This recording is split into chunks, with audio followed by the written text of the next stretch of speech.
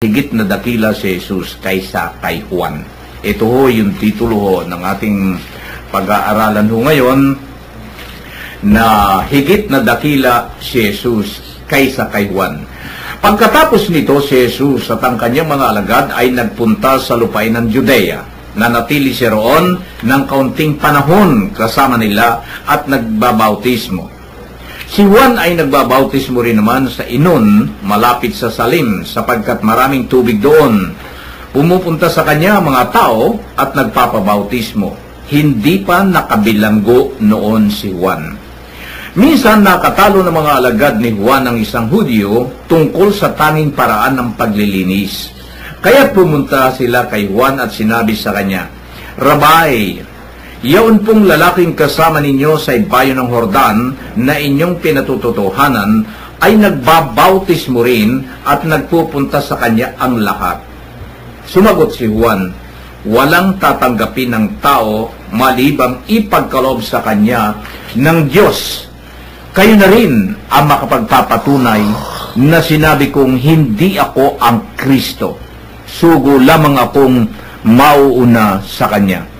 Ang babaeng ikakasal ay para sa lalaking ikakasal. Ang abay na naghihintay sa pagdating ng lalaking ikakasal ay lubos na nagagalak pagkarinig sa tinig nito. Gayon din naman, lubos na ang kagalakan ko sa ngayon. Kinakailangan siya ay maging dakila at ako na may maging mababa."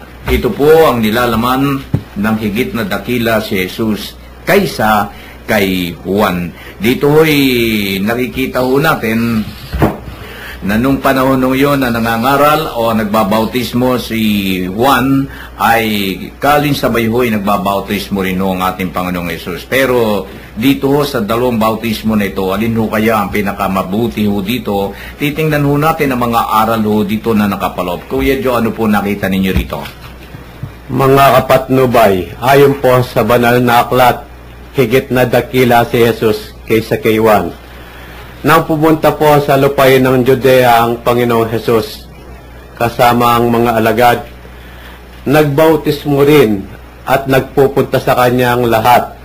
Ayon po kay Juan, lubos ang kanyang kagalakan, pagkat mas dakila po ang Panginoong Jesus kaysa kanya. Dahil sa pamamagitan niya, ipinagkakaloob ng Diyos ang paglilinis sa lahat. Yan ho ang nakita ni Kuya Joe tungkol sa kahalagahan ho ng dalawang bautismo na ito. Bautismo ho ni Juan at bautismo ho ng Panginoong Jesus. Dahil sa nung mga panahong yon na nagbabautismo si Juan, maraming tao ang talagang lumalapit din sa kanya at nagpapabautismo. Pero ito hong isang nagbabautismong ito ay pinatunayan ho nitong Juan na mas higit na dakila kaysa kanya. Titingnan ho natin habang lumalalim ho yun hong mga aral hong nakapaloob dito. Kuya Ben, ano hong sabi ninyo? Gaya po ng ating mga pinag-aaralan, ito po ay nababahagi sa tatlong bagay ang pagtalakay nito pong nilalaman. Una ay yung kapanahunan na si Jesus at saka si Juan nga ay nagbabautismo. Kung titingnan po natin sa isang bahagi na ito, pag binasa natin yung mga unang bahagi kasi ng mga ibang ebanghelista, nakapaliwanag yung pagbabautismo ni Juan. Dito ay hindi nakapaliwanag mismo kay Juan na sulat, ay hindi nakapaliwanag na sinabi niya na mayroong darating na mas higit sa kanya na magbabautismo.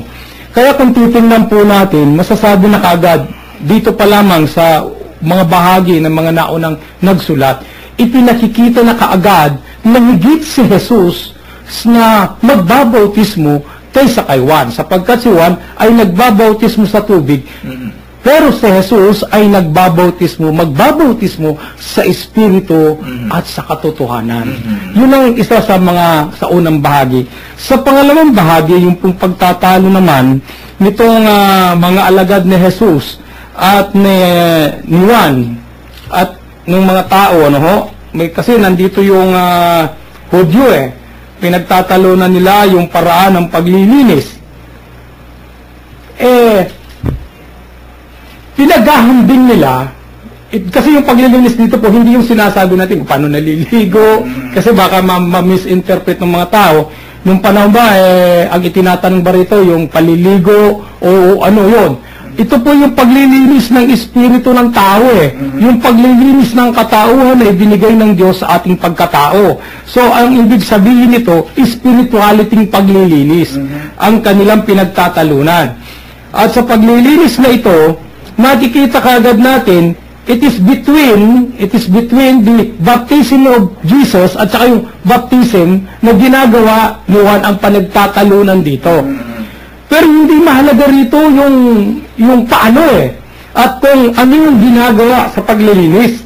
Ang mahalaga po rito ay yung pamamaraan at yung pananampalataya nung binabautismuhan. Sabihin na natin, nabautismo ka, nilinis ka naman. Pero wala naman din yung pananampalataya, wala rin pong halaga. Kahit pa dumating sa Jesus, bautismo ka din ng ilang ulit, kung hindi ka naman naniniwala sa bautismo ginagawa ng Diyos sa atin, wala din. Ang mahalaga rito yung paniniwala at pagsasabuhay sa ginagawa sa ating paglilinis ng Diyos sa ating mga kasalanan. Alam nyo, pinakamahalaga rito yung bautismo ng paglilinis ng iyong sarili.